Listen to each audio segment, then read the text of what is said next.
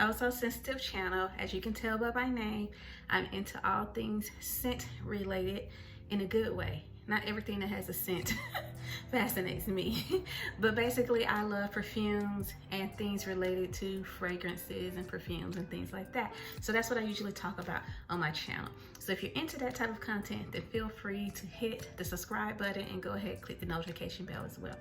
So usually in my videos, I'm doing kind of like a perfume collection, sharing either the entire collection or certain scents in my collection, like maybe my favorite amber perfumes or my favorite orange blossom perfumes, things like that. I usually stick to a theme. But today's video is actually a single solitary review of a perfume that I got in the mail from Aerin. And Aerin is the high-end resort brand of the Aerin Lauder company. And this perfume that I have for review today is Amber Musk. So this is what the bottle looks like. Let me give you all a close-up so you can see that better. I received this as a sample. I ordered it in a way, but I got it for free. And what I mean by in a way is that I have discovered a little trick through social media on how to end up getting perfume samples for free. I did a whole video on it on my Instagram, so I'll link that below instead of taking up more time in this video. But basically, I was selected for a free sample of Amber Musk. I jumped at the chance just because I love testing out perfumes, and I love it even more when it's done for free because perfume is expensive. So to get a sense of what this perfume is really like, I wore it today as my scent of the day, but let me respray it somewhere because I've been to the store, so I've been kind of spraying myself with perfumes all day. But I just want to get a sense of the opening again. Okay, just to tell you what the very initial opening is like when you first spray it without even waiting for it to dry down. To me, it's very, very musky. Like, I see why they emphasize musk in the name because I get a big dose of the musk in the initial opening. And to me, that isn't necessarily problematic. I know some people do not like musk in a perfume. I think Delicious Delights talks about the Lady Musk scent that she can kind of abhor in a lot of perfumes. So this might be a perfume that she wouldn't like. It doesn't necessarily turn me off, but the truth of the matter is that musk isn't necessarily my favorite note. Like, when I smell this, I think of the Donna Karan perfume that was basically pretty much heavy on musk.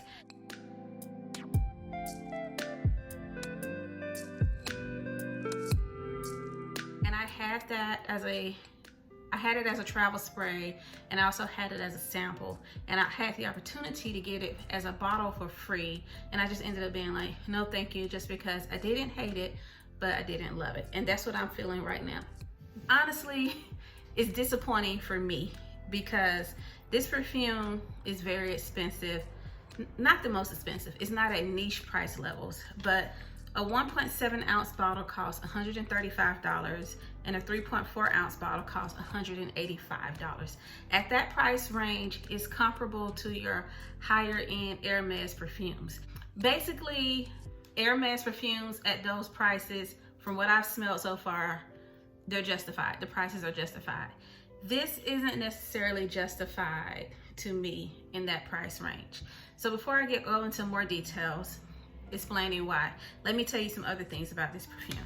So the notes in this perfume are ambroxan, musk, benzoin, coconut, rose, sandalwood, and lily of the valley.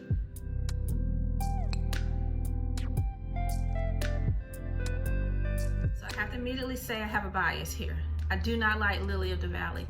Most of the time, if a perfume has lily of the valley, I've ended up wondering, why do I hate this perfume? And I've had a number of perfumes that had lily of the valley, and there will be other components to the perfume that I would love, but there will be something that just kept bugging me. And one day I sat down and kind of gathered all the perfumes that just bug me, just annoy me, and I looked them up on Fragrantica, and I was like, lily of the valley.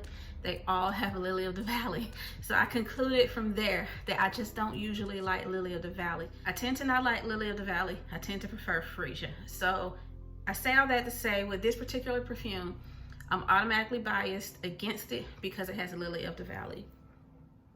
But even outside of the lily of the valley, if other things reached up to what I had hoped for this perfume, I could give a better review. It would just be more along the lines of, this is a great perfume, but not for me. I can't really say this is a great perfume because, again, when I'm looking at the brand it's coming from, this is from the Aerin brand, which is the more high-end spa resort brand from Estee Lauder. With that, I expect a certain amplification, I guess, but then at the same time, because it's more of a resort brand, I guess these perfumes are going to be more fresh and light, which seems to be the case from what I've read about other perfumes from the line.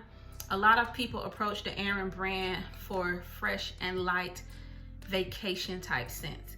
So in that sense, if that's what it's going for, this smells like another one in that type of category. But even then, to have notes like benzoin and sandalwood, I would expect more depth, and this one just falls a little flat for me. But when I found out that there's a flanker for this, Amber Musk Dior,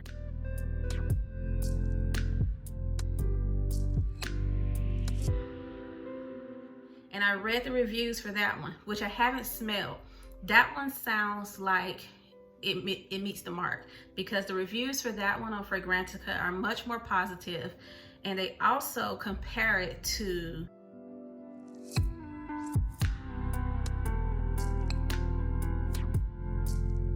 all of those perfumes are very rich smelling, according to what the ones I've experienced and what other people say about the ones I haven't experienced. And those perfumes have way more depth, richness, and roundedness. When I was looking at the notes for Amber Musk Dior, there was an actual fragrance composition for it, or fragrance pyramid for it on Fragrantica. For Amber Musk, it was just like, here go the notes, here you go. So just that visual alone gives the sense that the composition wasn't even well thought out. Even more so, that point is even more so proven to me by the fact that on Fragrantica, they don't even list the perfumer. They just say it was made by Firmenich, which is a company. So whoever made the perfume, or whoever originally created the formulation at Firmenich, their name isn't even mentioned. It makes me feel like this one was just kind of thrown together. And honestly, that's the way it smells. The other issue, the lasting power and projection on this one are laughable. Like, doesn't project that far. And it lasted about 2 hours on me. I sprayed it this morning right after I got out the shower and lotioned up. Then I continued getting ready, you know, picking out clothes, figuring out what to do with my hair, which I ultimately decided to just go with a hair wrap, and doing a little bit of makeup. By the time I was finished with that, I was like, I can barely smell this. And I had put it on one side, layered on top of Cocoa Lotion by Chanel. It's gone from that side. And it's completely gone from the other side where I just layered it on top of an unscented lotion. Then I sprayed it on my hand. And on my hand, I did a double spray. No, I did a triple spray on my hand. So it's lasting a little longer. But I know some people say they don't judge quality of a perfume by how long it lasts or how far it projects. And that a perfume having low performance or low projection doesn't necessarily mean that it's bad quality. But for me, that's still important. Whether it means the perfume is low quality or not, it's still important to me because perfume in general can be expensive. And this perfume is a bit more pricey than typical. Like I said before, this perfume is comparable to the high-end Hermes perfumes. So with that in mind, my understanding or my objective view about this perfume, as objective as possible, considering I hate Lily of the Valley as a note, to me, I wouldn't in any way want to add this to my collection. And there are some perfumes that I'll say, well, I wouldn't buy it, but if someone bought it for me, I'd wear it. If someone bought this for me, I would actually be a little stressed out because I'd be trying to figure out a way to make it work because it's a pricey perfume and I feel obligated to make it work. And I don't even want to deal with that stress when it comes to perfume. At this point in my perfume collecting and my perfume journey, If a perfume requires too much work and manipulation on my part for me to like it, then I don't want it anymore. That means I don't sincerely like it. There are some perfumes that require a little work as far as like layering it with certain body creams, oils, or lotions to make it last longer. I don't mind that so much. But if I have to work really hard to enjoy the scent, enjoy the projection, enjoy the lasting power, feel justified in even wearing it, I don't want it in my collection. So my final thoughts on this are that the smell itself is just okay. It falls in line with the branding as a light, fresh scent that probably works for vacationing in warm weather. But if I was vacationing in warm weather and I wanted a resort perfume, I wouldn't choose this one. Beyond the smell, the actual performance of this isn't that great. All I can say is that the bottle is beautiful. If I had this on my vanity, it would look nice on the vanity. So ultimately, this one is a dud for me, but I'm not giving up on the Aerin brand per se. I have another sample coming in the mail, so I'm excited to try that because it's from another, well, is it from, well, it's not really from Aerin, it's from Estee Lauder, but Estee Lauder is coming out with a high-end line of perfumes that's separate from Aerin, but they're coming out with a line of perfumes that are more marketed as luxury or more luxury. Okay, so I hope you enjoyed this video. I hope you enjoyed my constructive criticism and appreciate whatever I had to say, even if you don't agree.